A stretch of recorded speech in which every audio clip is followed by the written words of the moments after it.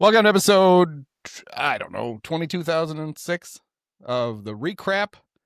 We're going to recap basically every Cubs playoff game since 2018, all rolled into one, as the Cubs managed to lose the series to the Brewers. They lost to the fucking Brewers. Correct. 3-2. Just all it's going to do is encourage the Brewers and their weird little fans to actually think that they're the Cubs' rival, and they're not. But they have a rival. Yeah, they got me convinced. A rival they got me convinced. I'm 100% way more hatred for the Brewers than the Cardinals at this point. Then I'm sorry if you guys don't agree, but you're doing it wrong then. Yeah, maybe I am, but that's just where I'm at. There's 140 years of history between the Cubs and the Cardinals. There's like a week and a half with the Brewers. We had to take them when they got kicked out of the American League, for God's sake. Couldn't even hack it in the American League. They had to get kicked out. Anyway, let's get all this shit out of the way here. And we have a very fitting sponsor. Yeah. That I lined up ahead of time because I had a hunch. Huh. So I called these guys and said, "Hey, how'd you like to sponsor the RECRAP?" And they're like, "Hey, it's about time you asked."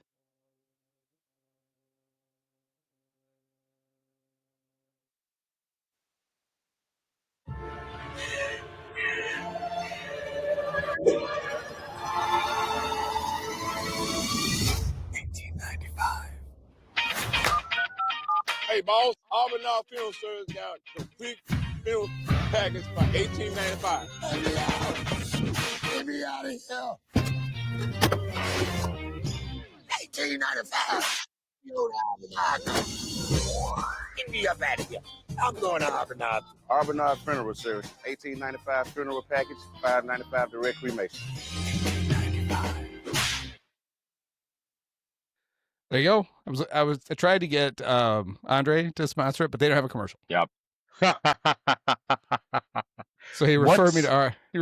Bernard instead. Is there an indirect cremation? We're so good at cremating, you don't even need to be there for it. It's like if you ever watch a cooking video, they talk about like putting the food on indirect heat. That's how they cremate you, is with indirect heat. Just melt you. They don't really get right. It's a you just become a big blob of goo. It's like a salmon. It's a cold smoke. Right. And of course, there's not a player of the game. There's a player of the entire postseason. Oh, God. There he is. Yeah.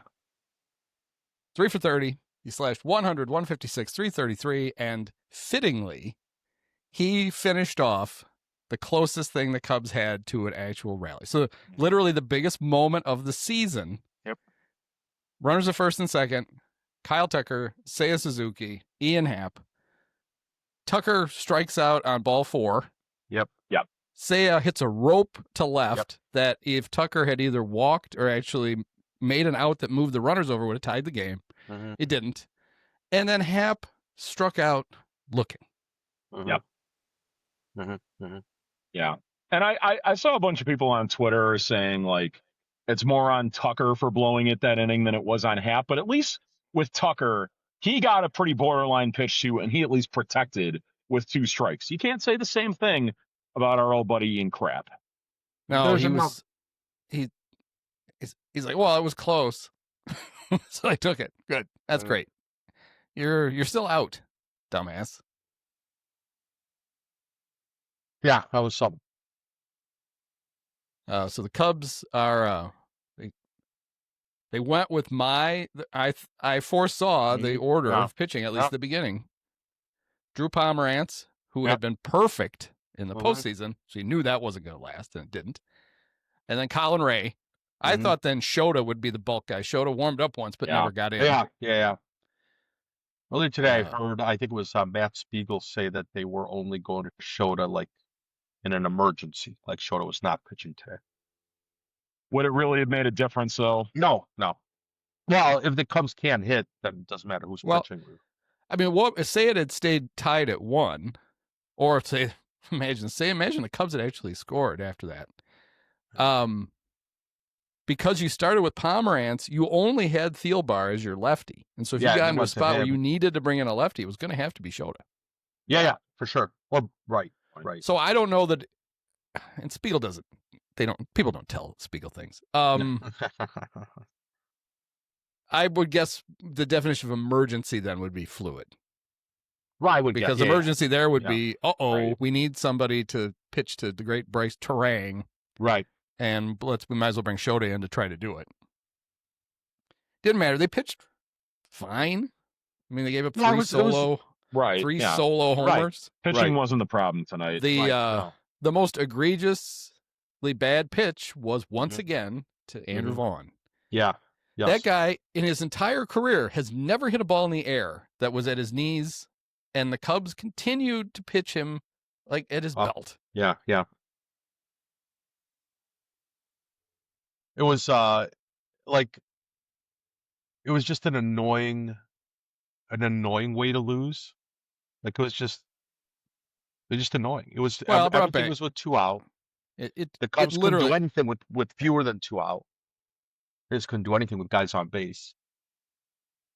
Well, it was funny, the hockey announcer and Ron Darling, we kept going on and on about how the Brewers hit 3 homers with 2 outs. One of the reasons that they hit their homers with 2 outs is, unlike the Cubs, until they got to 2 outs, they weren't necessarily trying. They weren't selling out for home runs. Right. Yeah. Once you get to 2 outs and nobody on, it's like, fuck it. You might as well take, you take 1 for the team and 2 for yourself. Exactly. And where the Cubs batters, you could literally see it. Once they got behind, it was, I'm going to hit a home run. It's like, God damn it. We've seen it in every playoff series since the 2017 NLCS. They just do the same thing over and over and over again. The players are basically all different except for Mr. Wonderful. But they still just do the same thing. I know it's like the impulse. We saw it in the extra innings and the Mariners and Tigers, but a team with a good approach, there's a lot of ways that the Cubs didn't put a lot of pressure on the Brewers ever during this series.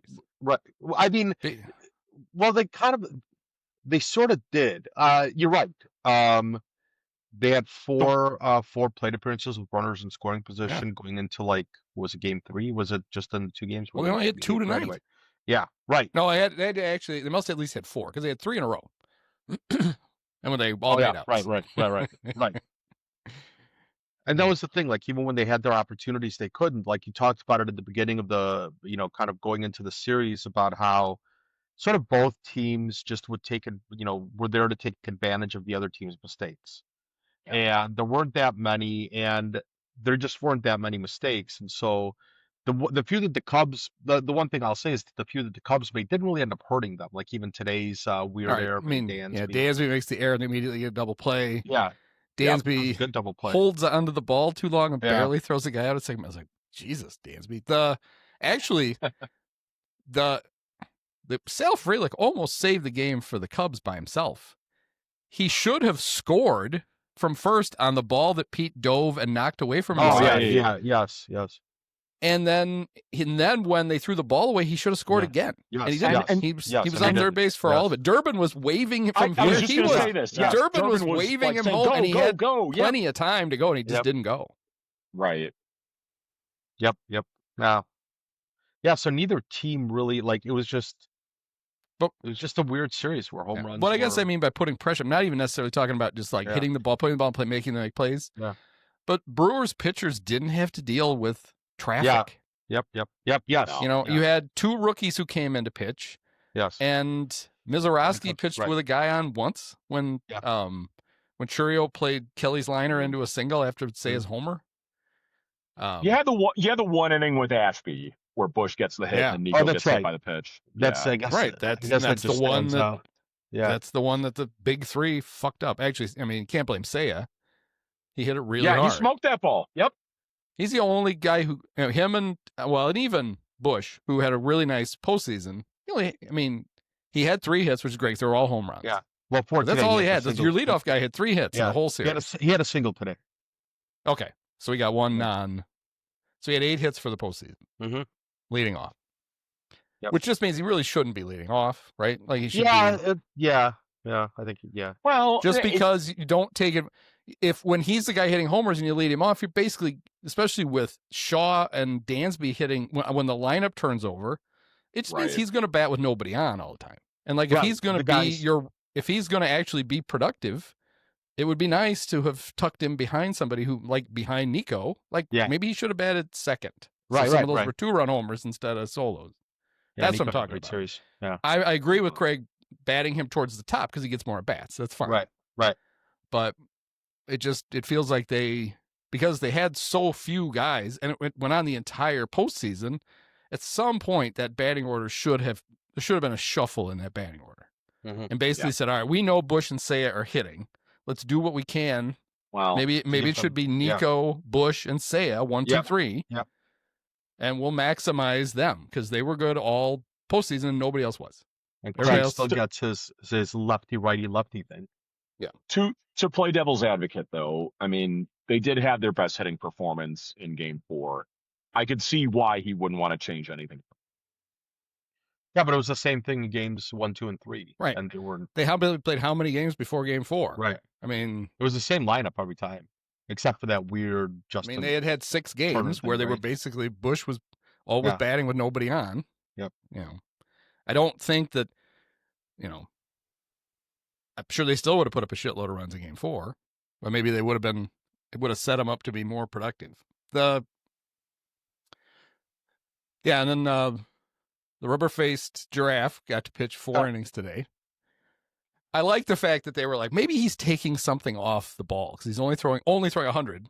It's like, no, he threw 50-some pitches 3 days ago. Yeah. He just doesn't have the same fastball. And I thought the Cubs did a much better job. They squared him up several times. Yes. Yeah. He was just throwing a lot more breaking pitches. Like that was the good thing about the broadcast is they talked about that he was just his pitch mix was just different. And the Cubs, I mean when they got really thought they were waiting for him. I was hoping that Murphy was going to leave him in one more inning because I thought if the Cubs, if the top of the order got one more look at him, they were going to hit him, and he was smart enough to know. But then he brought Ashby in, who created his own mess instead. I was so happy. Like Ashby hadn't been good the whole series, and that was like just a great continuation of it. And I kind of felt like with who was his last hitter, Tucker, and then he came. Was Tucker against Ashby? Yeah, it was Tucker. Yeah. I guess it must have been because it was lefty against lefty. Yeah.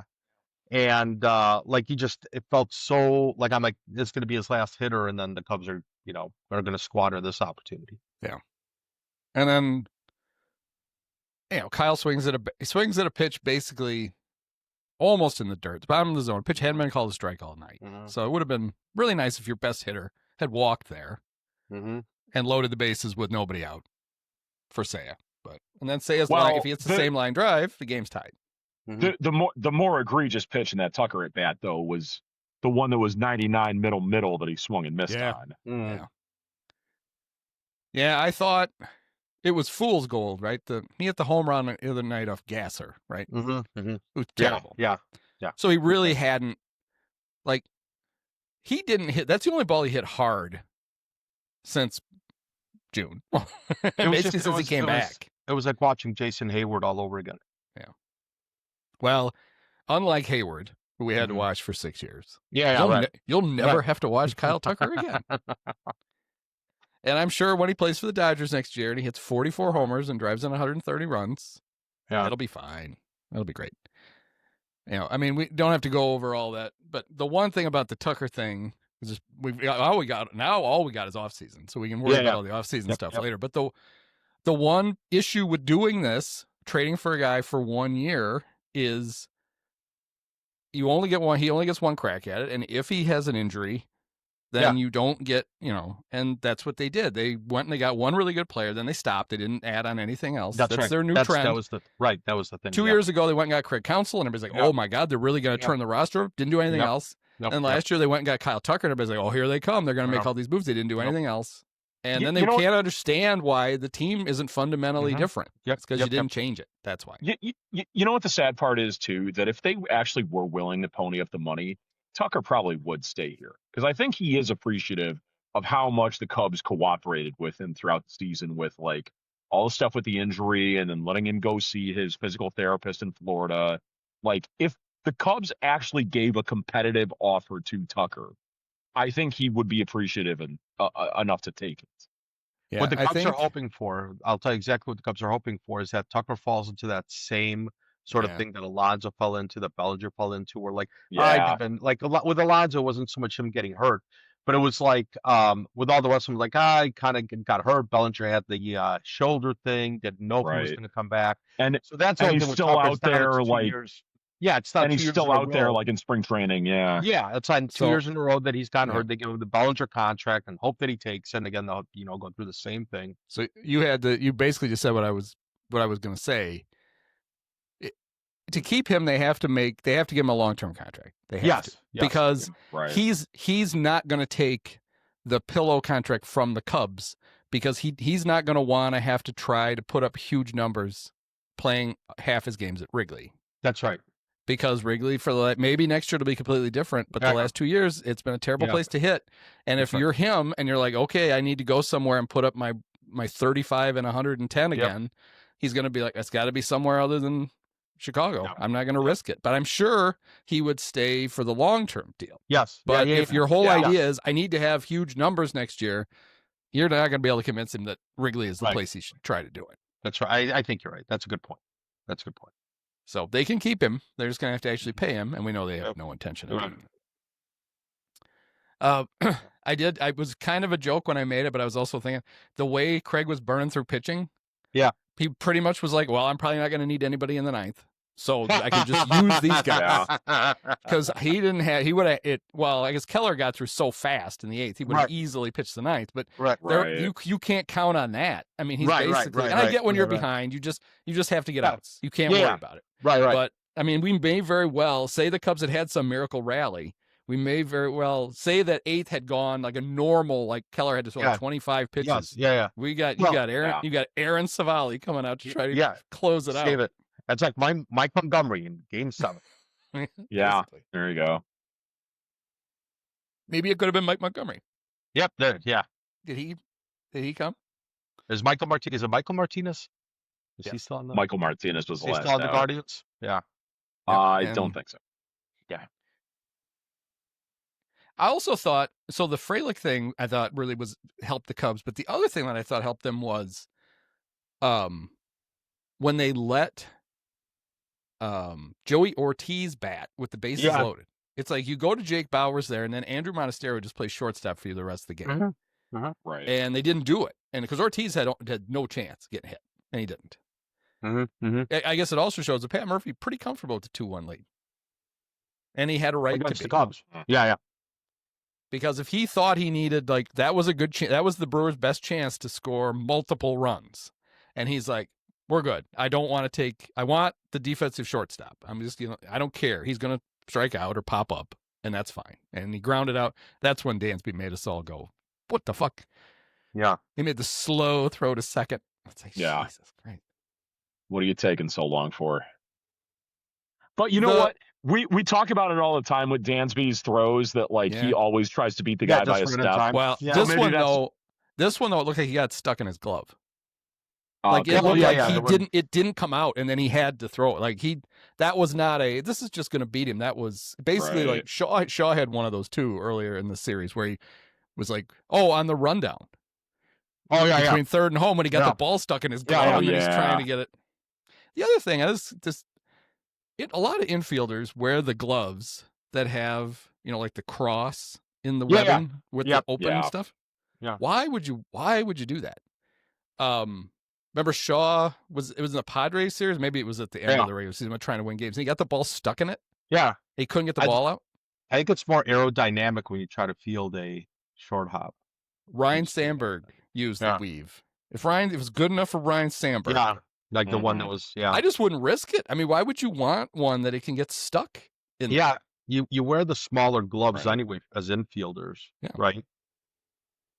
But usually, because I have a Ryan Sandberg glove because it's one I bought when I was a kid. It has the pocket or has the weave in it. You can't get a ball stuck in it. Like outfielders' gloves have that. Like outfielders' gloves don't have the the tic-tac-toe thing.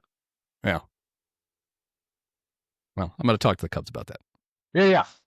I'm spending the offseason. Moises Ballesteros is moving in to the house. Oh, nice. And he's taking Teuvo Teravainen's room. Yeah, Teuvo's little room down here. It's just behind the divider back here. He's going to take ground balls all year. He's going to learn how to play third base. Oh, there you go. Yep. Nice. Perfect. So we could trade when Matt Shaw, he's going to, I'm sure what time does Ice first shift in the morning? Because he'll report for duty. And then he probably won't be available, so the Cubs are going to need a third baseman. So we'll take $50,000 signing bonus. Probably. I'll get Moises. Yeah, I'll get Moises whipped into shape. He'll be Brooks Robinson by the time. There you go. Take Nice. it. I was glad to see that he hit for Shaw in the 8th. You kind of had to. Wait, was it? It was. Yeah, it was. Wait. And had he gotten on, then Willie Castro could have run for him because Willie was going to come in to play third. Yeah, right. Yeah. Willie Castro. Did Willie? Did Willie? Yeah, Willie come in to play Castro third? was at third. Yeah. For the last time. Oh well, yeah, because you need a Justin Turner in case the rally in the 9th, and you could put him in wherever you wanted. Right. You'd still have that big bat. Oh well. I saw Fells logged in right after the game, basically saying that it's just perfect that the Cubs hired Craig Counsell and said, do a Milwaukee. And the Cubs got the Milwaukee done to them instead. Yep.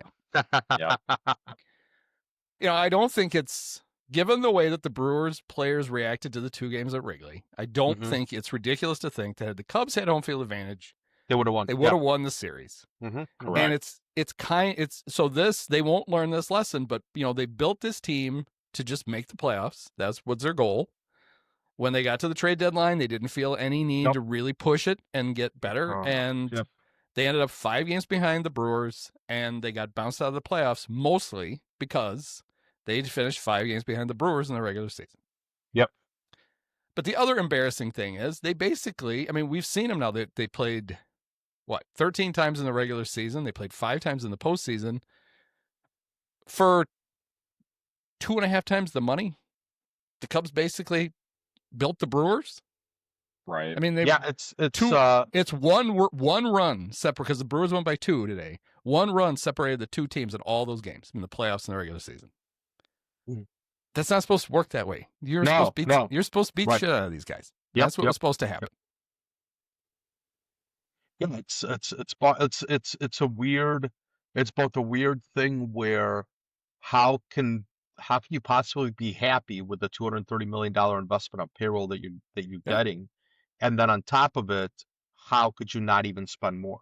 Like, it's just this weird dichotomy where they should be better than they are based on the payroll that they have, but also why wouldn't they spend more to be even better than that? Like, it's just this weird thing where the two don't really line up, like, logically, but they're both true.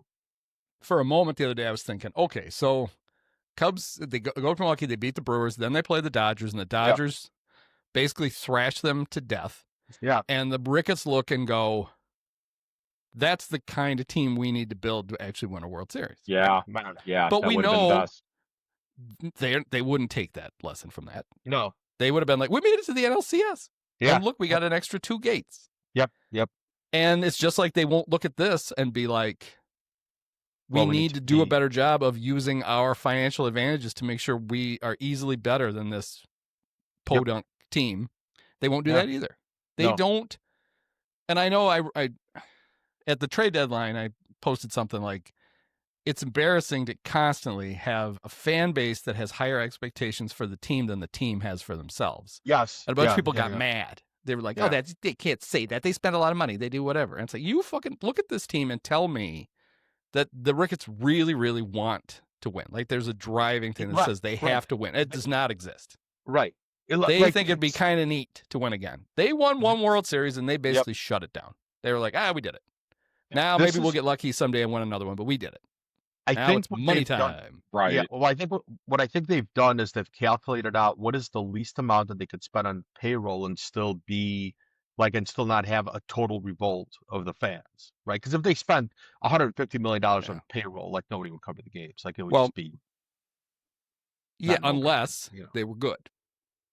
But but they're not. They're not just saying, capable. like the only time, like, and This just front one of office. my, some smart guy once said this to me. I say it over all the time. Yeah.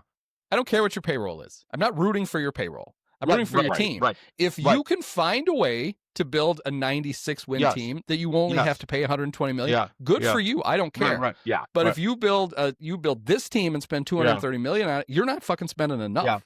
Because your team's not good enough. So you got to spend more money. Right. Two arguments that I would make about that. One is that, all right, great. If you can spend $120 million and build a 96 win team, then I would expect that you could spend $200 million and build a 105 win team. Well, let's just say you build. Let's say the Cubs put together. Let's just say the Cubs put together a roster and they win the World Series with it at 120 million. Fine. But you don't. Why would we care what the payroll was? No, the only time we care about the payroll is when you have glaring weaknesses, like you get to the playoffs and you only have 2 starting pitchers. Yes. Or other things, because you pretended that the luxury tax is something you can't go over. And so you left your team short of players you need, which is exactly what they did. Yeah. So that's why people are like, they spend a lot of money on the team. Yeah. It's like, well, they clearly don't spend enough. Yeah. Well, right. That's which my is argument. true. I wasn't really arguing with you. I'm just saying the argument is, if you want to be cheap, then you better build a really good fucking team. Right. Cheap. And this front office is not capable of that. And like, what the hell was their payroll in like 2015 at that point, when like the only guy making any real money at that point was John Lester? They win 97 games. And let me just finish this. That like, they didn't lose to the Mets in that NLCS because their payroll wasn't high enough and they didn't go out and get enough talent. They lost because they were inexperienced and they got beat by a really good pitching staff. So like, to say exactly your point, that like, you can create a team that good for like not that high of a payroll, but it also helps when, most of your guys are like 25 and under at that point. This team only has really just Shaw and PCA. Yeah. I mean, the frustrating thing about this is they're going to treat this like this is like a step, right? Yeah. But it's not. They're not building towards anything. Most of this roster disappears because it's old and it's on short term, all the deals are expiring and there's clearly nothing behind it. We learned that at the trade deadline when they couldn't trade their prospects, but suddenly these prospects are going to be good enough to take over. Yeah. Like, I mean, nobody wanted Owen Casey. Right. But you're going to pretend that Owen Casey can be your right fielder next year. Right. Well, that'll be fine. Right. He'll hit 240. Yeah. And he'll hit 28 homers and he'll drive in 62 runs and you'll be like, look, he had 28 home runs. But he's not any good. Yeah. And the fucking league told you he wasn't good because you tried to trade him and they wouldn't give you anything for him. Yeah. But there's been but it's out of butt. Sorry. And like, even if one of these guys, right, because you have Ballesteros, he might be all right, but like there's nowhere to play him. Like it's this weird construction where it's just weird construction.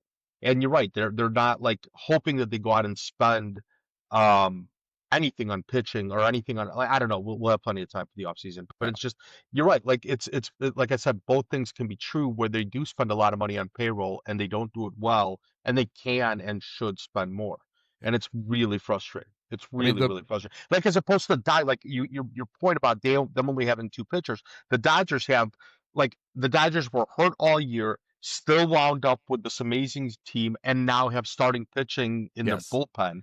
Like, they're coming out with Glass now, throwing 3 innings in the middle of the game. The Brewers are just as screwed going in there as the Cubs were going to be, because the Dodgers have it set up. Their 4 starters, for the first 4 games are Blake Snell, Shohei. Yeah. Who's starting before Yamamoto? Glasnow and Tyler Glasnow. Oh, Glasnow and Yamamoto. Yeah. Jesus.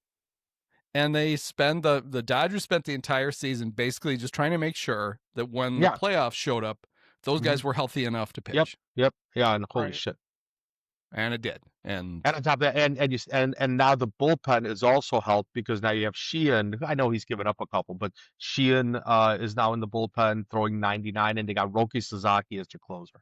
On that roundtable podcast, they were talking about that, and it basically thought Emmett Sheehan, if he was in the NL Central, would be this, or if he was in this series, he would have been the second best pitcher in the series behind Freddie Peralta. Yeah. And then Andy McCullough thought about it a minute and said, well, maybe the third best. Maybe I'd give you Boyd and Imanaga. But basically they were saying when you get to the next round, when one of these 2 teams survives to go to the Dodgers, everybody spent the whole season going, "Oh my God, the Dodgers pitching is hurt, and it's all screwed up and whatever." Right. You're going to get there and you're going to look at it and go, "Holy fuck!" Yeah, they knew exactly what they were doing. Yeah, that's the thing. That's it right. worked. We kind of talked about it on the preview. They just knew what they were doing on a per inning basis during the regular season. They didn't give a shit how many games they were going to win. They knew they'd make the playoffs. And they'll end up doing the thing they'll one game in this series against Milwaukee. They will basically punt. Yeah, maybe. They did it twice in the world. They did it twice against the Mets in the NLCS last year and still beat them because they won one of the games where they were like, okay, we can't use any of the good pitchers today. Yeah, right. We're going to save them so we have them for the next 2 games. So if we lose this one, big deal. And they'll do it again. They'll do if it gets to game 5 in this series, they'll do it again. But then they'll be ready for 6 and 7 to overwhelm the Brewers, and they might very well just win game 5 anyway because Mookie will probably hit 2 home runs now that because he showed up on September 1st and he's Mookie Betts again. Yeah, right. Yeah.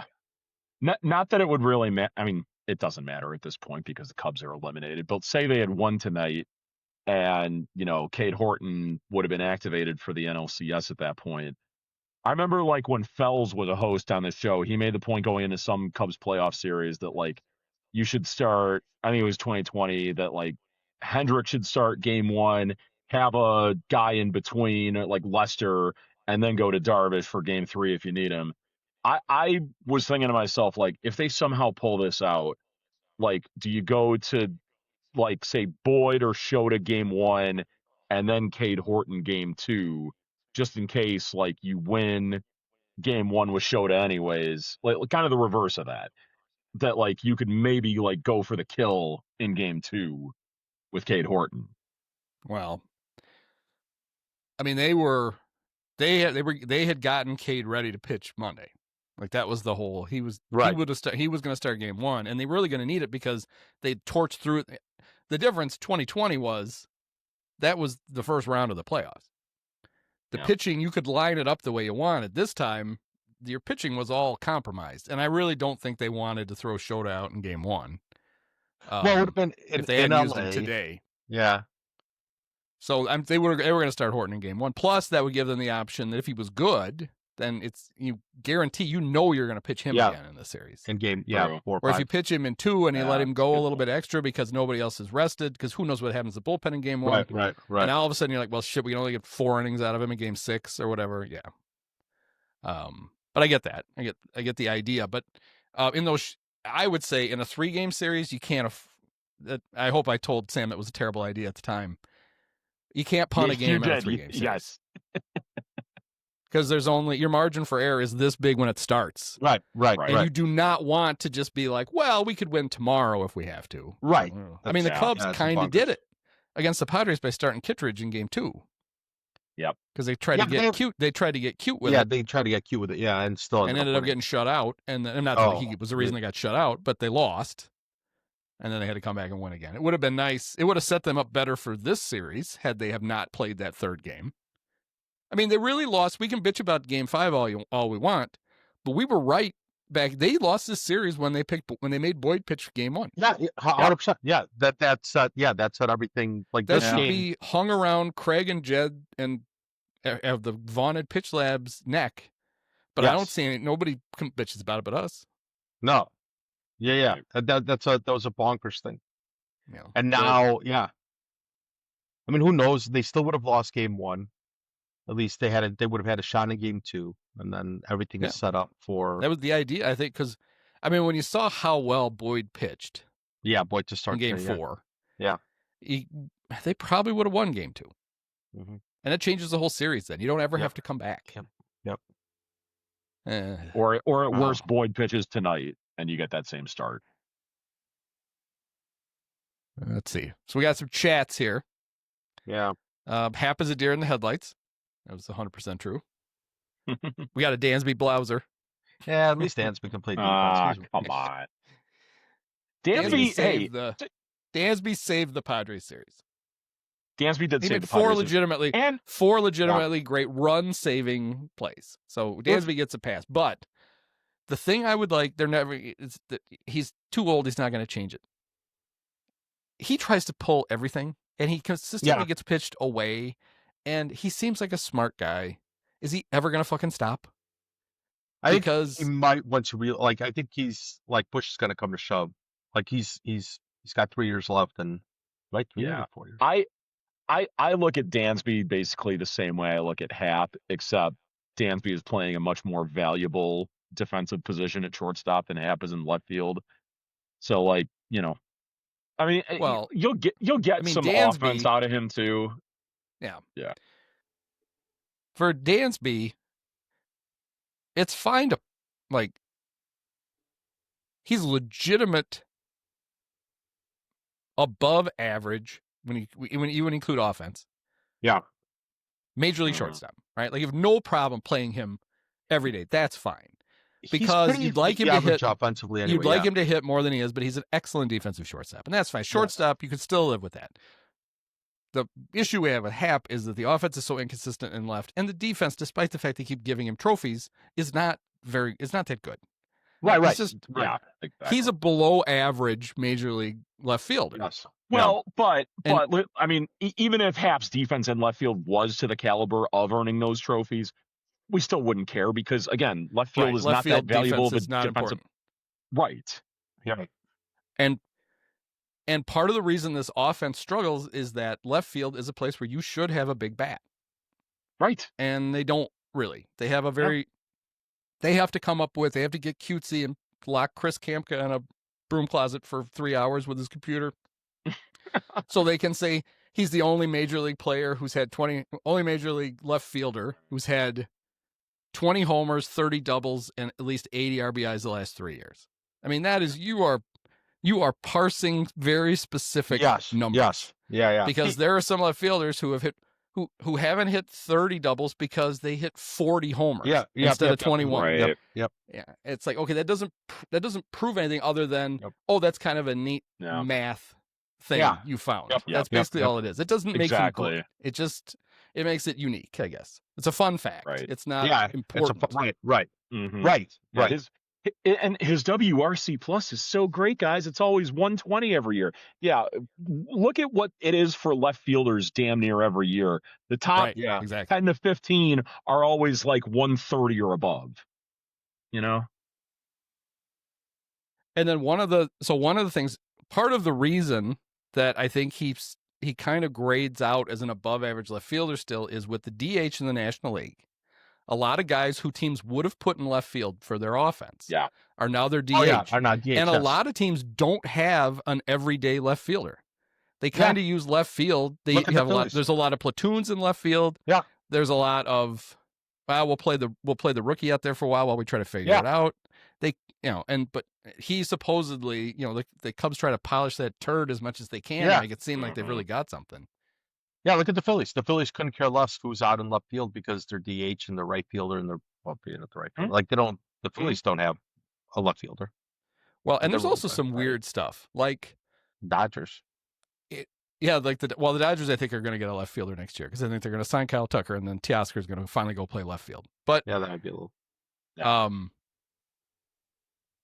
Like Juan Soto should not be a right fielder. No. Like, it doesn't make any sense to play him in right field. Like, he's not a good defensive outfielder, but he'd be fine in left, and he's a great hitter. So, Happ almost gets extra credit because some teams play a really good hitter out of position for him so that he can, they can be, he's such a good left fielder. Yeah, well, look, one of the best players in the National League is now in left field, and look, that's what it really looks like, not Happ. But I don't want to do the offseason thing yet because, frankly, it's going to be a little depressing because when you look at their roster, they're not going to change much at all. I don't think so. Like, I think I do. Like I said, I would rather not believe it. I really hope it's not true, but this might be kind of the high watermark for a little bit for this team because I do think that I think there's a better than zero chance that Chota's not back next year. Like, I really truly believe that because I don't know that they're going to pick up his option. I don't know that.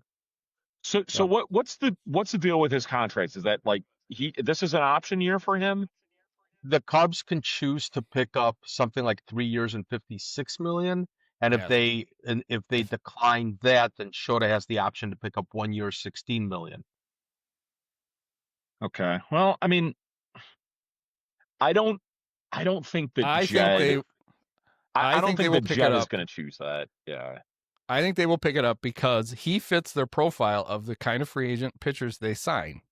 Yeah, he is they'll years, have him for 3 years at less than like a lot of teams, and I think the Cubs are one of them. They look at what the qualifying offer is for that year, right? And they kind of make their decisions based on, okay, if we let him go, we're probably going to have to pay a decent free agent above the qualifying offer to get him. Yes, yeah. And so Shota, they can lock in. They can get him for $20 million next year, $20 million in 27 and 17 the year after. The Cubs 57. Are one of the teams counting on they're not going to have to pay him in 27.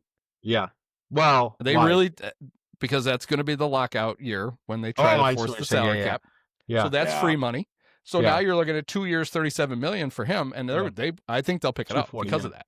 Yeah, even if there is one, maybe you're right. There is. This is a thing for the podcast. Next time I have Dave on, we'll talk about this. Yeah. But my theory is that we're not going to have a labor crisis in 2027 because all the national TV contracts expire in 27 and the new ones start in 28. Oh. So what I think they're going to do is they're going to convince the owners to present a 3-year deal to the players that basically keeps the status quo. And I think the players will take it because they're already bracing for things getting worse. They get their TV deal. And then when that 3-year deal expires and they're now into the TV deals and they're signed, that's when they play Johnny Hardass and try to force the salary cap. But they're going to have to convince some owners like the Ricketts not to push forward immediately because Tom is hell-bent on there being a salary cap. That's his dream world then, where there's a hard fixed thing, and he could tell the fans, we would love to spend more than this, but we can't. My gosh, we really can't. Yeah. And Shota fits in with the, where they pay Tyon $18 million a year. They're comfortable with that contract. So I think they're perfectly happy to pay him 3 years, an average of $57 million over 3 years. Yeah, I think they'll just pick it up. 357, right. I don't like. But you're right. If they turn it down, if I were him, there's no way I'd pick up my own $15 million. Yeah, I think he's going to get more than. I think he's going to think he gets more than $60 million. Go get a long-term contract somewhere else. Yeah, it may not be 350. Like that's the thing, right? Is that I think they're going to look at their numbers. 357 million for 3 years. We could find. Like I think that they're happy with Tyone and the way that contract has gone. Right, it's got one more year, and I think they're happy with that. And they're like, well, we can do that again. There's plenty of pitchers in that mushy middle. This is sort of the credit that I gave them for matching this type of pitching and saving money on pitching because they're not paying for strikeouts with the defense that also costs less because you're paying for defense and that's a little bit depressed, right? And so that match that they made makes a lot of sense. And they sort of and so I think that they can just do that again by not paying for strikeouts and not paying for big, huge offense. They're not signing, the reason why Tucker, I think, was so attractive to them is one, I think 1 year and he was cheap for that 1 year. And like the defense is still really good. Like the offense was almost a bonus for Tucker. And so that's why they traded for him. And so I think that they're going after this team like it's a defensive team. That's why I think they were happy to put Suzuki in the DH spot, even though he's perfectly fine other than the couple balls that he missed. Yeah. I'll save it for some offseason. Good. Yeah. I would say the Tucker thing, until he got hurt, it worked.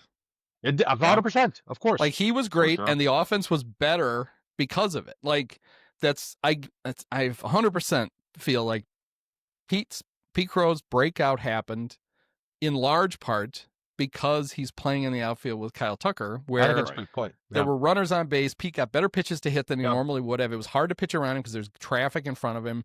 Pete got confidence. Pete's really good. And then until we got to Tucker's gone in the second half, and teams, I also think Pete became, and I expect Pete to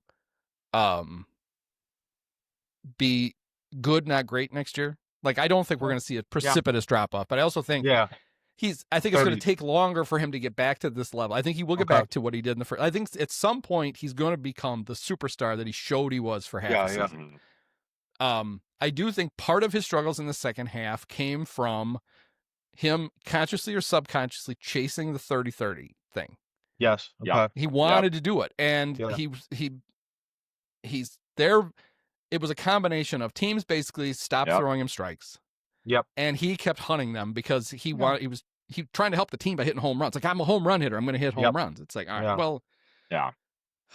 But there's also a thing I will never understand. And their team seemed like just not to want to do this. But I really feel like if they had gone into the postseason with Pete and basically said in every one of these games, at least in your first at bat, maybe in every at bat, you're going to take until you get a strike. I know you don't want to. I know you want to be super aggressive, but teams aren't going to throw you strikes. So if all of a sudden you're 2-0 in every at bat, you're going to start to see more strikes, and then you can start going.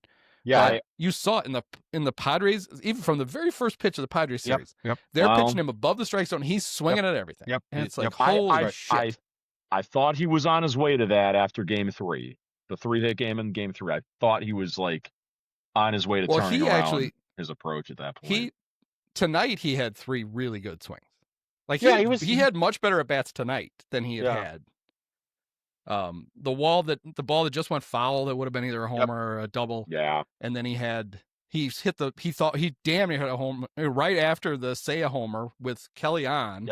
Pete barely missed a home. That's a 2-run homer. Yeah. And then even when after the foul ball, he hit a ball hard to center field. So he had better at bats tonight. But I just feel like it seems like he's a smart kid. We know he's a smart kid. That's one of the things we love about him. When they talk to him, he gets it. He just seems to understand things. And it's like, all right, take a firmer hand with him early in this thing and say, this is going to be, I know this sucks. You don't want to do this, but all of a sudden you're going to get a bunch of pitches to hit, and you're going to, you want to be successful in the playoffs. But if you just let him just flail away, it was, I just didn't understand it. I felt like they, I don't know if they're, maybe they're too dumb. Maybe it doesn't dawn on them. I can't imagine they're not. Like, I'm an idiot. If I can sit at home and be like, I think this approach would work. I don't know why it didn't happen. Well, we don't know. You don't know what's coaching them, but there's that old. You don't want to take the aggressiveness away from him. You don't want him to just look at pitches and whatever. I don't know, man. I think Pete will be fine. Like he obviously pressed. You're right. He's fine with velocity. He can hit fastballs. Yeah. He can't hit high fastballs. Nobody can. No, but like because he can hit fastballs, it encourages him to swing at the high ones. Yes. And Ron Darling he's so hit or miss, right? Right. Like some of the analysis is so obvious. You're like, I would have cringed to have said that, Ron. But some of it's really good. And they had on one of the at-bats with the ump cam, which is amazing. I'm surprised they don't use it more. Oh, God, that was so cool. Ron did a really good job of illustrating on a Pete swing why guys swing at the high fastball. Yep. Because they're looking for a fastball. The most effective high fastballs are like right down the middle of the plate. Because the player's like, holy shit, here it is. And then as you start to swing, you realize, oh, fuck, I can't get to it. It's too late. You have to either do a horrible check swing or swing a miss at it. And actually using the ump cam to show it. Yeah, when you saw the pitch, it looks like it's going right down the middle. If you're Pete, you're like, oh, I'm going to hit this 600 feet. The problem is between us watching on ump cam once and a batter who has seen that pitch 3,000 times during the season, you need a good player like Pete should start to recognize, okay, when I see that, that's not, I know it looks good. That's not good. Yeah, that's a good point. That might just be really hard to do. And if everybody could do it, then everybody can do it. And I just hope next year that the Cubs are still batting Carson Kelly 5th because he was so good in April of 2025. I hope that. Right. There's not a chance. Yeah, exactly. He's not coming back, right? He's not back next year. No, well, he's on a 2-year deal. Oh, and we'll get into it on it'll be him and Amaya, and Amaya should be the primary catcher of the two. Yeah. Which he was actually he was supposed to be. Kelly got a lot of starts early because he was hot. When Kelly started to cool off, to Craig's credit, Miguel started getting more of the playing time. Yeah. Because he's the better all-around catcher. Yeah. Kelly's fine. And people they got 33 homers and 90 RBIs out of their catchers. That's great. Most teams don't get that. That's fine. But Kelly's also older, and Miguel is supposedly your catcher of the future. So at some point early next year, it needs to shift. So Carson still plays, but Miguel needs to get the majority of the thing. The problem with Miguel is what happened to him this year is what has happened to him his entire career. Yeah, he just got hurt. He's always hurt. Yeah, That's why he barely played in the minors. He was always hurt. And now he spent 2 years in the big leagues, and the 1 year he stayed healthy was the year he hardly ever played. Yeah, well, that was the weird dichotomy of his career, is that they couldn't option him when they really wanted to. Yeah, when because when he he used was all of his options because he was when he already was in the 40 healthy and they needed to send him to Iowa to catch and get experience, they would have lost him. So he had to just get parked on the bench. Yeah, but he is a good player. He's a really good player. I like him a lot. And then, we got to carry 3 catchers next year. He's got to have the carjacker on your team. Look. I brought it up a couple times. I'll save it for a future podcast we do in the off season. I feel like there's another catching option out there that would, if they make the move for it, it would be similar to the Kyle Tucker move that they did last offseason. And I feel like it would be the perfect safety net. No, not Victor Caratini. But it would kind of be the perfect safety net for a Carson Kelly regression where you would automatically feel good with this guy as your starting catcher, and Carson Kelly could, go back to being like the backup role that he always was supposed to be on this team before he got off to his hot start. You just hate Miguel. You hate Miguel Amaya. I guess he hates Miguel Amaya. Jeez. If Miguel Amaya could ever stay healthy enough to play 60 games, I'd be on board with him. But that has not been the case. Trying to figure out who you're talking about. Who could come in and be the number 1 catcher. And I think I know who you're talking about. Is it Alejandro Kirk? Not Alejandro Kirk. You got the division right. Because if you signed him, and you told Matt that he's Charlie's brother, they'd be friends. There you go. I think what you're saying is, I don't know how Matt Shaw would feel about someone named Alejandro being in the same infield as him. Yeah, but Kirk. It would blow his mind. Kirk, yeah. I think I know what you're talking about. Are you any relation? Number 1 prospect. Yeah. Because the number 1 prospect's a catcher, and so. Yep. We're on the same page, Oleg. So that brings up another point for the offseason podcast, which is, I might as well get into it for just a minute here. Why not? It's basically offseason started. It started when they fell down 2-1. They're not going to bring Tucker back. Right. So the easy solution is Seiya goes back to right field, and now you have your DH spot is open. And you could just make Moises Ballesteros your DH. Because which is what like your third best hitter now anyway. Right. Or do they instead say, all right, you're going to spend at least the first half of 2026. This is your prove it time. Do you have any future as a catcher? Does he stay at Iowa for the first half of the season? And it's like a crash course on, all right, you're going to prove to us that you can catch or not. If he was a competent catcher, he would be worth so much to this team. Yeah. Right. He apparently has shown very little signs that he's going to be a competent if they catcher. would have done it, if they would have done that, they would have done it this year. Like this would have been the year to do it, because he actually would have been at Iowa, and but they didn't do it. Right? He didn't catch in Iowa this year. He did, but he split. He was never the primary catcher, which is weird. Yeah, I mean, it's. So that answers my question then. So then for me, that's very simple. Well, I know what I would do is I would go have the talk with Ian, and I would basically say, you and I, Jed, you do the thing where you show up on his porch like David Ross, and you ring the doorbell. You call. It's like, are you home? Because I'm on your porch. Huh. He did it to Ricky Renneria. He did it to David Ross. He needs to do it to Hap. Yeah. And you sit down and say, you have a year left, and you're no longer a full-time player for the Chicago Cubs. Right.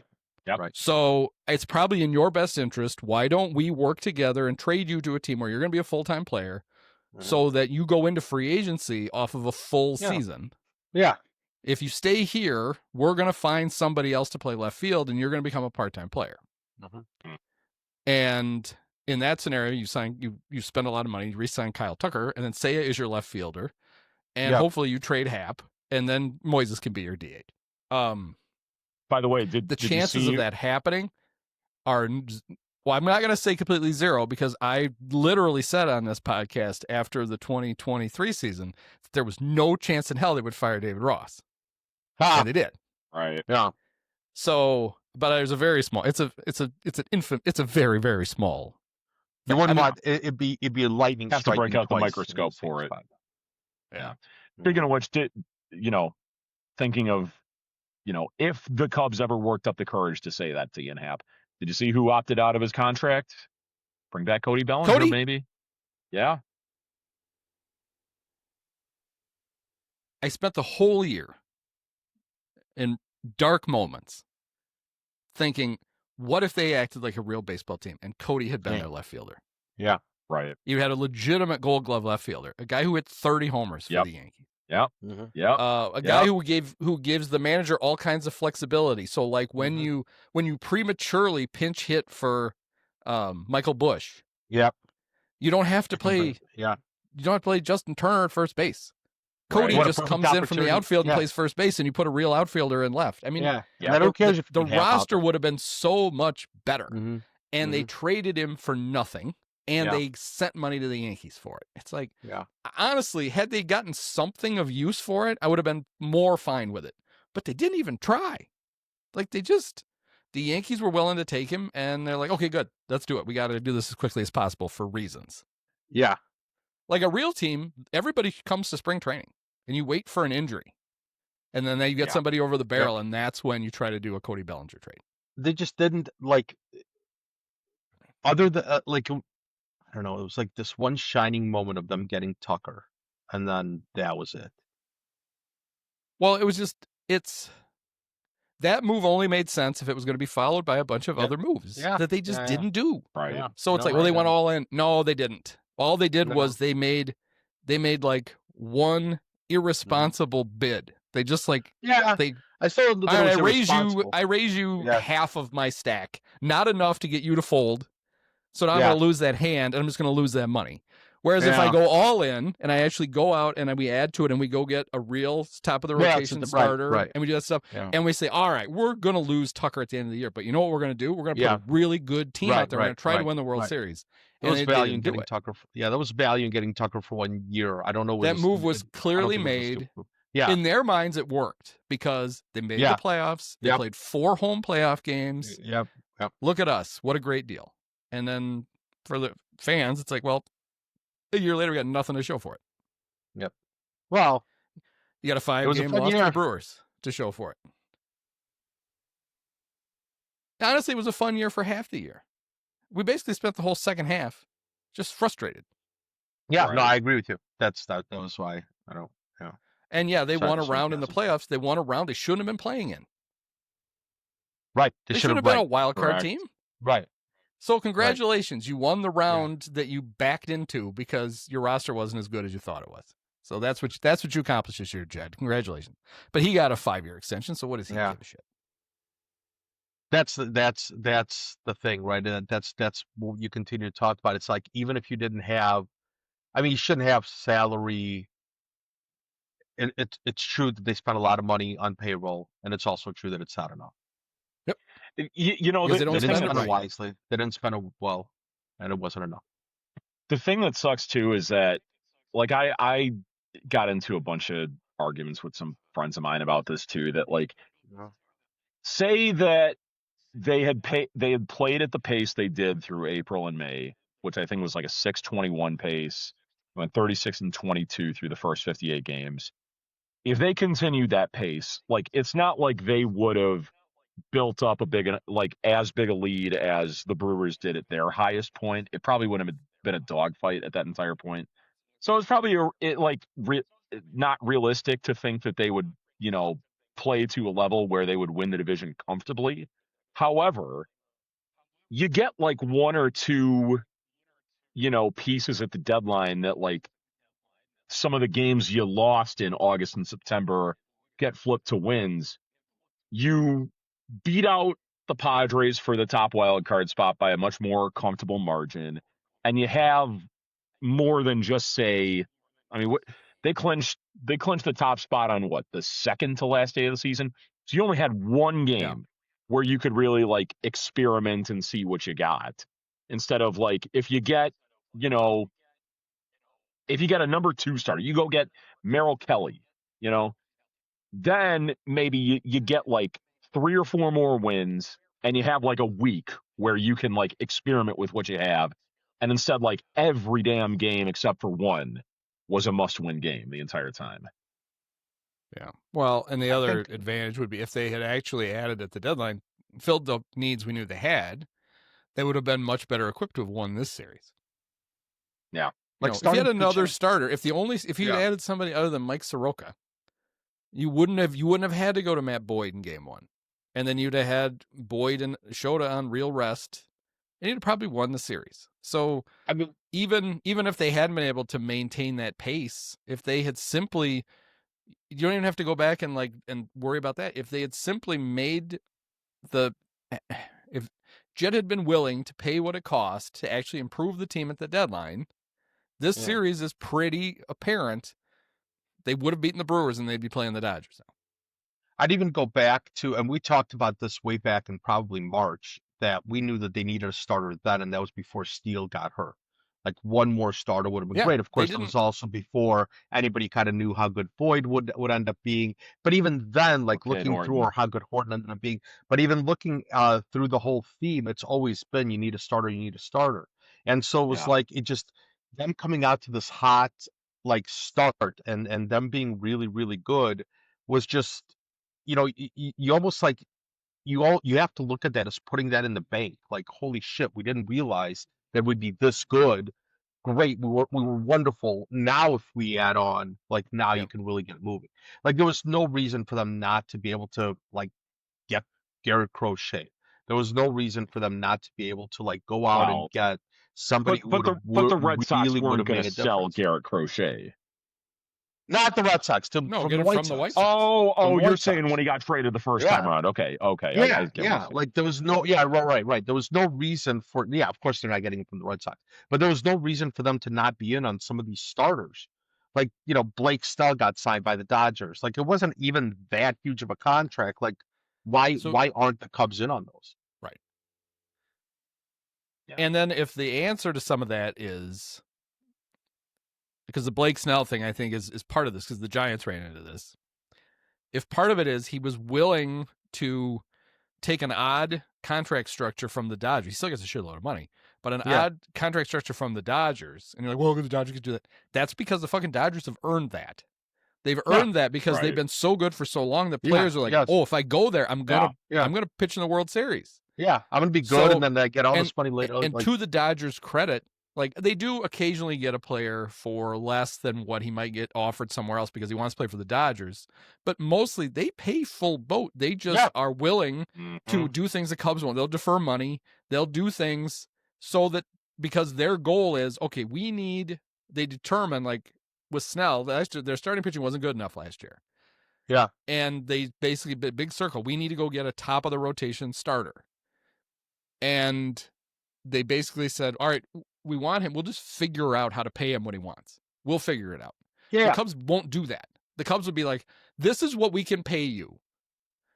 Are you going to take that? And they're like, well, no, I can get more from them. Yeah. And they're like, yes, well, present day money, we have more present day money in our deal. And they're like, oh, good for you. I'm going to go play for the fucking Dodgers. Yeah. Well, and the Dodgers, they trade for Mookie Betts, and then they sign him the year that they trade for him before he became a free agent. They go out, they don't let somebody like Michael Busch stand in the way of them getting Freddie Freeman. So they go out and they sign Freddie Freeman instead of just handing it to the cheap rookie. And they do that over and over again. They get Max Muncy off the scrap heap, but then they sign him to money. Like it's over and over again. They knew exactly what they were doing with pitching, right? There was no reason that the Cubs couldn't have gotten Snell or couldn't have gotten Glass. And I know Snell was hurt for the first half of the year, but there was just like, there's all of these things that are happening.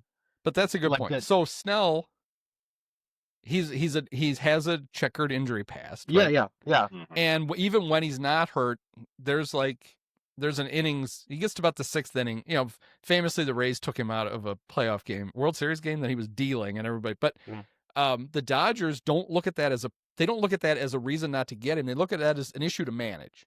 He missed. I'm sure they won't admit it, and he won't admit it. He missed twice as much time as he actually should have this year. Probably. Yeah. He could have come back, and they were like, "Don't push it. We want you. We don't really need you till September." Yeah. Right. And so he probably, people are like, oh yeah, well they signed Ian Snell and he spent, 120 days on the injured list. Well, he probably could have only spent 60 on the injured It list. would have been amazing if this would have been with Ian Snell. Ian, sorry, I always say that. He was The my former favorite, Pirates one of pitcher, my yeah. favorite Pirates of all time. So Blake Snell. Yeah. Usually it's Dave that has to correct me. Right.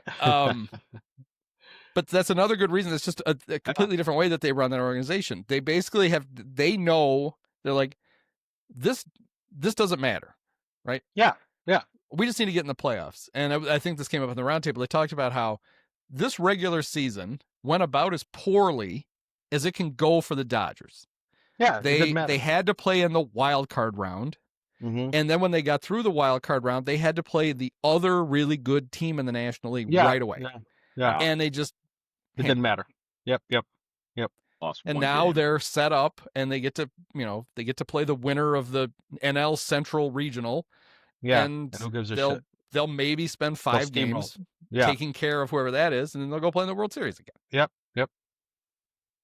And basically what it should prove to them is that next year they can just fucking do that again. Well, they won't, because everybody's signed again, and they literally are just going to do it. They're going to do this again for the next 4 or 5 years, because that's how long everybody's signed, and they don't care, and it's fine.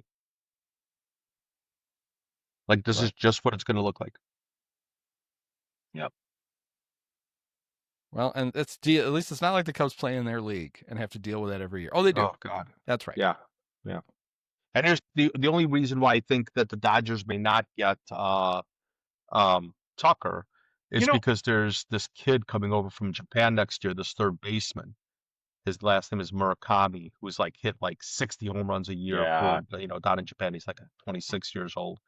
He's a terrible third baseman, but he can DH and he can just hit the shit out of the ball. Well, they can't. They don't have. I was going to say DH is kind of locked up on that. DH is pretty well. Pretty well taken true. care of. But I mean, they'll just put him at first base. They'll do something with him. If they get Tucker, they'll figure out a way to make this kid work. They will do the opposite of what the Cubs do and stick him out in left field. Yeah. But you have a good enough bat, but you don't field well enough. That's where you're playing, pal. Yeah. Yeah. Who cares? Yep. No, it's almost exactly what they'll do. Yep. All right. Well, we got all off season to talk about how awesome the Dodgers. I might just become like, well, it's not even so much rooting for a team like the Dodgers. It's like they're just there's no reason the Cubs couldn't be that. No, maybe the Dodgers can make more in revenue. But you're telling me that the Cubs couldn't be $60 million, within $60 million, or within $100 million of payroll of them? Well, here's the problem I have right now. And the Cubs should be in a spot where the Dodgers are like the big threat in the National League to them. Yeah. Right? Yeah. But they're not. They can't get past the Brewers. They're not. Right. They're not even in the. They're not in the Dodgers stratosphere. No. And they're fine with it. That doesn't bother them at all. In fact, I'm sure they use the Dodgers as an excuse not to do that. They're like, oh, you know how much we'd have to spend to actually try to beat the Dodgers? I mean, the Mets bother to do that. You do that because the only way to win the World Series is to beat the Dodgers in the National League playoffs. That's why you have to do it. Yeah. And if you don't like it, then you shouldn't own a fucking baseball team. The Mets not making the playoffs is the greatest thing to happen to the Ricketts, but they're going to learn the wrong lesson, because the Mets are going to be amazing next year, probably. No, you could look at it the opposite way, which was that's why it didn't make any sense. So when you make the Tucker trade, that should be the signal that they looked at it and said, okay, the Dodgers won the World Series last year. It's really hard to win 2 in a row. It's super hard. And then as the season unfolded, the Braves inexplicably fell apart. They were just gone. They weren't a threat. And then as the season went along, the Mets, who had the best record in the National League, all of a sudden were terrible. Yeah. And so you really ended up where it should have simply been the Cubs and the Dodgers fighting for the pennant. But they didn't. They had just stopped after they'd gotten Tucker. They weren't armed to actually do anything in the fight. Yep. And even it won't break like that again. Next year they could. Let's say they go out and they get more aggressive and Jed's like, you know what, we really do need to get Mackenzie Gore, and they get Mackenzie Gore and they plug him into the top of the rotation, and say Cade manages in his second full season, he's healthy the whole year, and Justin Steele comes back in May and he's pretty good. Yeah. And you get Shota back and he's pretty good. You get Boyd back and you're like, okay, we're pretty good. okay, we're good. Well, next year They're the still Braves not will be anywhere good. near. Next year the Yeah. Braves will be good again. The Yep. Mets are going to be better. Yep. And it's like all of a sudden, all the competition that kind of cleared away from you is just right back in front. Is in your way again. You didn't take advantage of the opportunity that you had, and it was really an opportunity that started with them getting Tucker early on, and you never followed through on it, and that's frustrating. If you had told them in spring training that when the NL playoffs started, the Mets and the Braves wouldn't be in it, and the Phillies would be on the other half of the bracket. Yeah. With the Dodgers. Yeah. Then not getting to the NLCS, should have been a complete failure. It should, yes. That's a really good way of putting it. Yep. And they didn't. All that happened, and they didn't make it. And they don't judge it as a failure. Tom's already written, I'm sure, his wonderful letter to the season ticket holders that for some reason I get. Yeah. And what a great year it was. And what a great job we did, and how we won a playoff series, and how exciting it was. Wrigley was rocking in October, and blah, blah, blah. And it's like, yeah, well, those games were fun. Yes, that was fun. Yeah. But most of your season sucked, and it just ended the way we all kind of expected it would. But congratulations. Thank you for, if you just count the wins in the playoff games, thank you for 10 fun hours. That's what we got out of this season. Well, I mean, had they won tonight and then inevitably gotten beaten in like 4 or 5 games,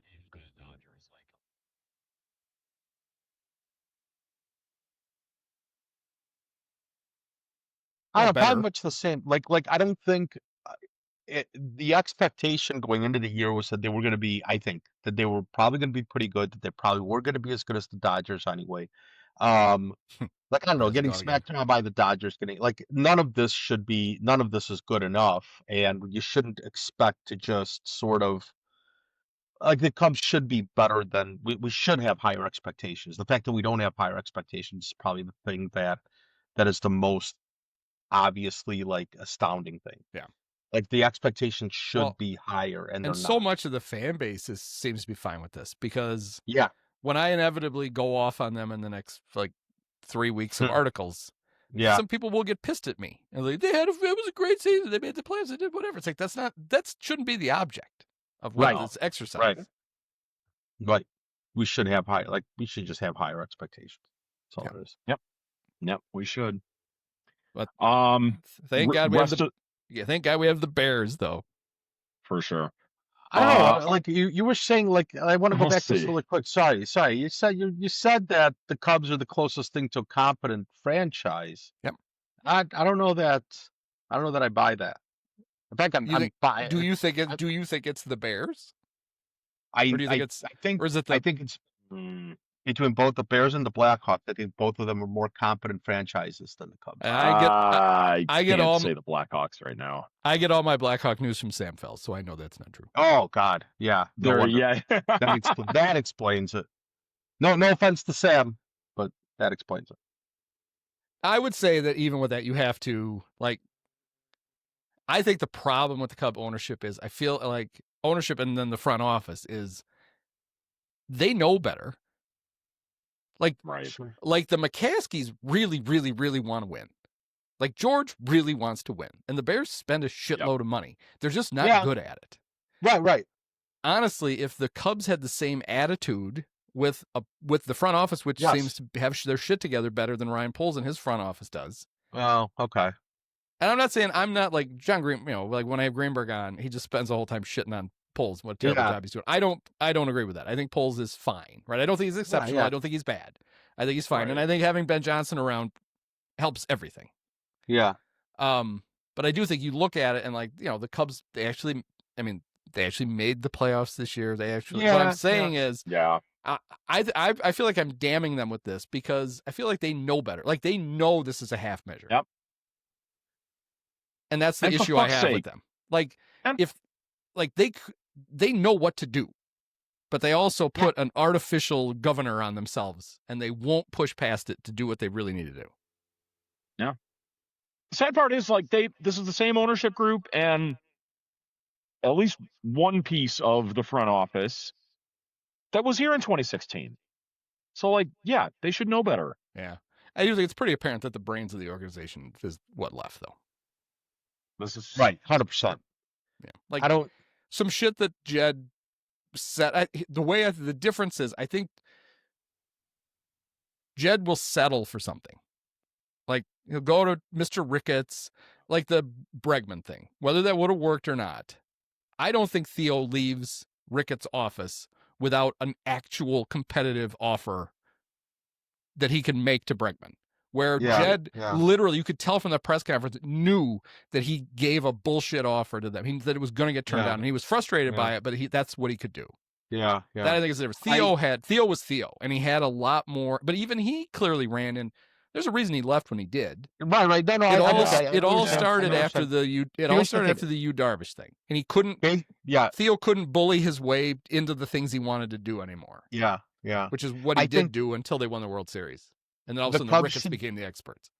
Like I'll just go back to my original point, which was the Cubs should be way better considering the payroll that they have, but it's also true that they should have a higher payroll. Like, I think this front office with $230 million has done a piss poor job of like, it's still a $230 million payroll. And it's a $230 million payroll because they overpay mediocre free agents. That's on the front office. That's my point. I know. Is that you can't. And so, like, I don't know that this is like a competent front office. They got lucky with these playoffs because Kyle Tucker became available. They got Shota for an insanely good contract because he just happened to come to the major leagues when salaries were being tamped down, and it's this. Well, this is I not think they deserve front office. I think they deserve credit for Shota because anybody could have signed him to that deal. Sure, and they didn't. The Cubs did. The other guy I think they deserve a lot of credit for is Cade Horton because they that was a very atypical draft pick for them. That was a guy who showed a lot of promise over a very short amount of time. And they're like, we're typically drafting. We can't get a guy with this much upside. Yeah. And they just went ahead and they did it and it worked. But their other draft picks have not been good. That's what I'm saying. Like that's kind of like, this is not a front office that deserves that kind of credit. This is not a front office that deserves to be like, right. I will say I don't know enough about the Blackhawks and how the rebuild is going. What I do know is it's very easy to look at the White Sox and the Bulls and the Bears and say none of them are run as well as the Cubs are. And I'm not saying that to credit the Cubs. Yeah. Because this whole lament wasn't about how great the Cubs are. It's about the sorry state of Chicago sports. Yeah, I don't know. I still like I have more hope. I think I have more hope in what the Blackhawks and what the Bears are doing than I do in what the Cubs are doing. Well, is part of that because they play in capped leagues where they were, because part of our biggest frustration with the Cubs is we know they have a lot more money that they could spend than they will spend. That's a good question. All right, that's an existential question I'll have to think about over the offseason. I don't think in a weird way, I do think that the only team in this city that the salary cap hurts is the Bears. Yeah. Because I do think they would go past it. We all live with this illusion. It's not an illusion. It's a situation that changed that nobody gives them credit for. The Bears got a reputation for being cheap because they were cheap. Yeah. They earned it, but they earned it because they didn't have any money. Cash. Yeah. But then all of a sudden every NFL team got a shitload of money. And the Bears have not been cheap since then. In fact, they waste money. They don't know what they're doing. They throw money at the wrong shit all the time. Yeah. And so you almost wonder if maybe it'd be the Bears and the Cowboys would be the two best teams because they'd just be willing. George and all the investors, if all those guys are dying, they all want to win a Super Bowl. Yeah. And I could see them literally just throwing money at people. Well, I mean, you'd have to go back to like. It doesn't mean they do it right. Right. You'd have to go back to like, years before this. I feel like Philly with their success recently would probably be up there too. Like they could be pretty competitive with. The now they would with Lurie because they basically. Yeah. There are some teams like Philly is doing what the Saints did, which is. It's a smart thing to do, right? Yeah. Not the Phillies. No, the Eagles. They're trying. The Eagles are trying to keep their window open as long as they possibly can. And it's smart because you never are guaranteed to have this much talent at once. That's right. The Saints did it for a long time. And at some point, they finally got themselves in such horrible salary cap hell. They couldn't defer stuff anymore, that now they're trapped where they can't add people. Like they couldn't sign any free agents last year. But it was worth it. They only won one Super Bowl, but they were competitive. They were the Saints. They were like the worst franchise ever. And then for there's a whole generation of people, football fans now, who don't associate them with fans with bags on their heads and all that shit because they were competitive year in and year out. Yeah, they were really good. Yeah. And so for a few years, they're just going to have to eat it, and then it'll start over, and they can go after it again. The Falcons got themselves in that spot. Yeah. And they're kind of doing like a half-assed trying to rebuild. But it was funny. There were a lot of people who were like, the salary cap in the NFL doesn't really exist. If you want to sign a player, you can find a way to sign him. But that only works for a finite amount of time. And then at some point, you can't you can't defer anything anymore. And now you're screwed. Right. So the Bears will get to that point eventually, hopefully, right? The good, you want your team to get to that point because then, I mean, if you want to look at the example of the team that kept the window open the longest, it was the Patriots. Yeah. Because they really only, there was one guy that they kept they kept pushing his money down and because he's a terrible college football coach, but they had the greatest coach of all time who basically they could just jettison players and they would find a replacement. As long as they had Brady and Belichick, they could figure out a way to make it work. Nobody else can do that. Trying to do. Yeah, well, that's what the Chiefs are trying to do, and that's what the Chiefs kind of have done, right? They've actually done. The Chiefs have done a really good. Have done a really good job at it. They this year. We'll see. This year they're probably finally hitting that. And it happened 3 years ago, where what they're good at is they'll have one bad year. Yeah. Right. And it's because of the fact that they can't keep guys. Yeah. And so, they kind of right now, they don't have wide receivers. Right. Yeah. And when Travis goes off to just be Mr. Taylor Swift and his money goes away, then they can actually invest in a different position again. But they do a good job of just figuring, and it helps when you have it. Obviously, there's a thing. If you have a great head coach and you have a great quarterback, that quarterback and that coach can make a lot of shit on offense work that nobody else can. Yep. And so then you can buy yourself, you can be competitive in a year when you normally shouldn't be because Patrick Mahomes is great and Andy Reid is really smart. And then the next year you hit on some of those free agents and you have a really good team and you go win a Super Bowl. Mm-hmm. Just like I'm sure it's going to happen with Caleb and Johnson. Yep. Damn we right. just hope I don't know. That's why I'm like the Super Bowl window is 3 years in one. We'll see what happens after that. Right, as long as Caleb's on his rookie deal, and as long as they have some of this money that's not really tied up, kind of. The thing they've done that has been smart is that there's really nobody on a long-term deal beyond Edmonds Caleb. Has gone after this year. Yeah, Edmonds has gone after this year. He can go. Even DJ Moore's extension was designed to pay him a shitload of money before they have to give Caleb his big quarterback extension. Yep. Right. And then they'll still, he's not going to take up all the cap, so then they can decide, all right, how many years can we give Rome? How many years can we give whatever? But you don't have a bunch of veterans stuck on the roster, which preclude you then from keeping some of the younger players that you want to keep. Yeah, they've been very smart about that. Have Tooney and Jackson get expensive next year, but then after that they're good. It's just those deals, really good money management. Their extensions they're all designed that their money goes away when Caleb becomes a free agent. Yeah, everybody does. Yeah, everybody is. Yeah. So honestly, now is the time to pay those guys. Or when you sign, DJ's extension goes beyond, but the heavy money is in the first is in the front of it. Now that occasionally can backfire. Famously, it did with one Bear. Yeah. The Bears signed Brian Urlacher and Lance Briggs to extensions at roughly the same time. And they signed them so that Urlacher's contract kept getting bigger. It was backloaded.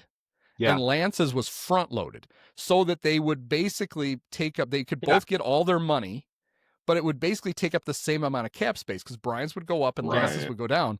And then Lance got pissed when his money started to go down, and he held out. That's when, remember, he went to go do the opening of his restaurant. With the Niners. Yeah.